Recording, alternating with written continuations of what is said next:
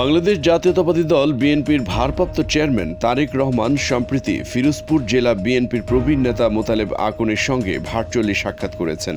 দলীয় সূত্রে জানা গেছে, মোতালেব আকন দীর্ঘদিন ধরে তারেক রহমানের সঙ্গে সরাসরি দেখা করার ইচ্ছা প্রকাশ করে আসছিলেন। সম্প্রতি এক বেসরকারি টেলিভিশন চ্যানেলে প্রচারিত একটি বিশেষ প্রতিবেদনে এই ইচ্ছার কথা উঠে আসলে বিষয়টি তারেক রহমানের নজরে আসে। পরবর্তীতে আমরা বিএনপি পরিবার এর আহ্বায়ক আতিকুর রহমান রুমনকে মোতালেব আকনের সঙ্গে যোগাযোগের নির্দেশ দেন তারেক রহমান। এর মাধ্যমে ভিডিও কনফারেন্সের মাধ্যমে সোমবার সন্ধ্যায় লন্ডন থেকে মোতালেব আকনের সঙ্গে যুক্ত হন তিনি। এই আবেগঘন সাক্ষাৎ শুরু হয় উষ্ণ শুভেচ্ছা বিনিময়ের মাধ্যমে। বিএনপির সিনিয়র যুগ্ম মহাসচিব অ্যাডভোকেট রুহুল কবির রিজভী, আমরা বিএনপি পরিবার এর প্রধান উপদেষ্টা এবং অন্যান্য দলীয় নেতারা সাক্ষাতে উপস্থিত ছিলেন। অ্যাডভোকেট রুহুল কবির রিজভী মোতালেব আকনের হাতে তারেক রহমানের পক্ষ থেকে শুভেচ্ছা ও কৃতজ্ঞতা প্রকাশ করেন। তিনি বলেন, এটি কেবল একজন প্রবীণ নেতার স্বপ্ন পূরণ নয়, বিএনপির তৃণমূল নেতা কর্মীদের প্রতি তারেক রহমানের শ্রদ্ধা ও ভালোবাসার প্রমাণ। রিজভী আরো বলেন, তারেক রহমান শুধুমাত্র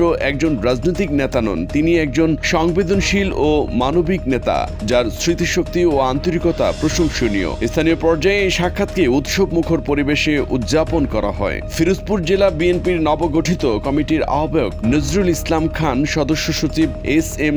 সাইদুল ইসলাম কিসমত, যুগ্ম আহ্বায়ক এলিজা জামান, সদস্য আলমগীর হোসেন সহ জেলা উপজেলা পর্যায়ে নেতারা উপস্থিত ছিলেন। ফিরোজপুর জেলা বিএনপি নেতারা বলেন, প্রবীণ নেতাদের সম্মান প্রদর্শন ও তাদের অবদানের স্বীকৃতি দেওয়ায় এই ধারা ভবিষ্যতেও অব্যাহত থাকবে।